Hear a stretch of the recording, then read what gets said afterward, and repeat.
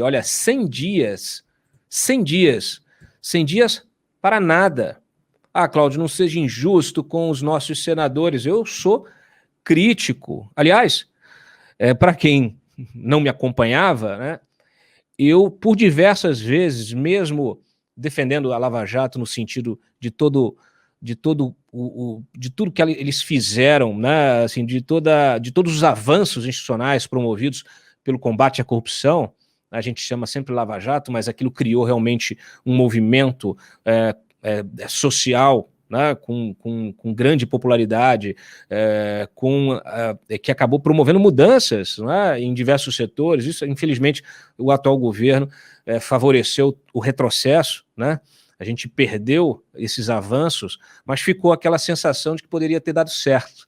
Ficou a sensação de que o Brasil poderia alcançar um novo patamar de prosperidade, de desenvolvimento, com regras mais limpas nesse jogo político e empresarial, o que obviamente se reflete numa sociedade mais justa. Mas a gente ainda vai ficar muito tempo, né, no mundo ainda subdesenvolvido.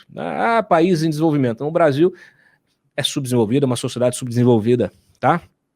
Mas eu estava falando do seguinte, que eu sempre fui crítico, inclusive ao trabalho da Lava Jato. Por quê? Porque eu sempre fiz as minhas investigações jornalísticas. E muitas vezes eu me deparava com questões que eu falava, a Lava Jato tinha que avançar aqui, mas não avançava. Muitas vezes eu via delação de Fernando Baiano, de Alberto Youssef, que eu falava assim, isso aqui não está batendo.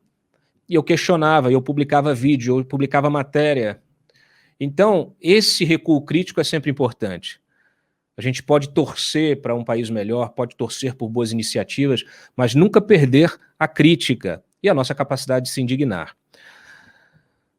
Bom, e eu escrevi sobre isso na CPI da Covid.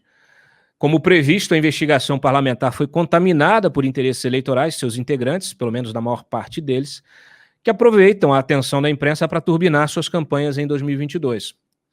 Sem coesão, com uma apuração que se espalhou em 7 frentes, querem investigar tudo, não vão investigar nada. Afinal, esse não era o objetivo do governo federal para inviabilizar a CPI, e a própria CPI agora traça isso como estratégia?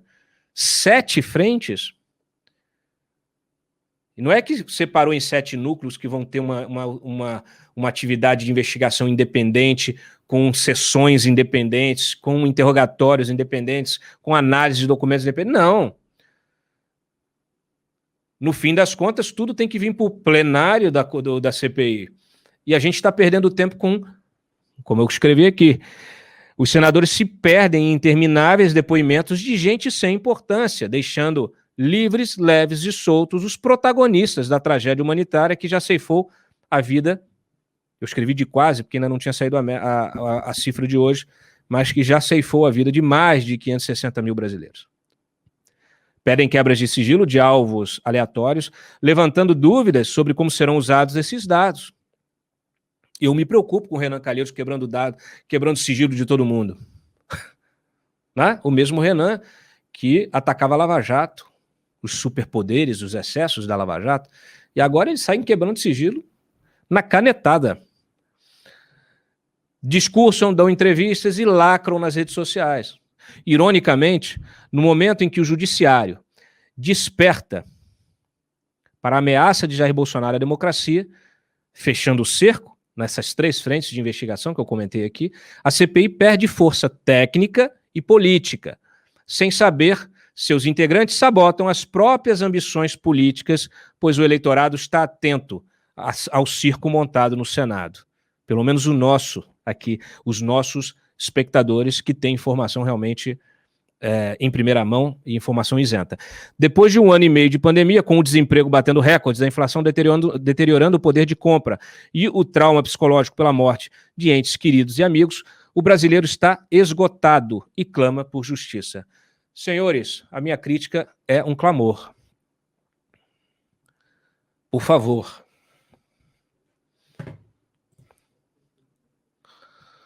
Bom, Ricardo Barros, está marcado, dia 12, semana que vem, o depoimento. Ele disse que quer ir logo. Então a gente vai vai acompanhar aí, isso já está confirmado. Nós temos outras matérias, o depoimento de hoje é um depoimento do Ayrton Cascavel, que era o ex-assessor do Pazuello, que é um político com larga experiência. E ele fez o quê? Ele jantou a CPI com farofa, ou com farinha, né? Como se diz. Jantou a CPI com farinha. Então, é disso que eu estou falando. Ficam lá fazendo discurso, repetem as perguntas o dia inteiro para questionar uma pessoa o dia inteiro. Todos os senadores vão lá, faz seu discurso, põe nas redes sociais. Mesmas perguntas, com algumas nuances diferentes. Não existe esse tipo de investigação. Imagina, você vai depor na Polícia Federal, vem um delegado, te pergunta, daqui a pouco vem outro delegado, te pergunta, daqui a pouco vem outro delegado, vem outro. Depois criaram o segundo juiz, né, o juiz de instrução, Freitas. Eu aqui estou dando ideia para malandro. Espero que não me ouçam. Né? Daqui a pouco estão botando 3, 4, 5 delegados para investigar a mesma coisa para esse tipo de situação, para repetir as CPIs. Né?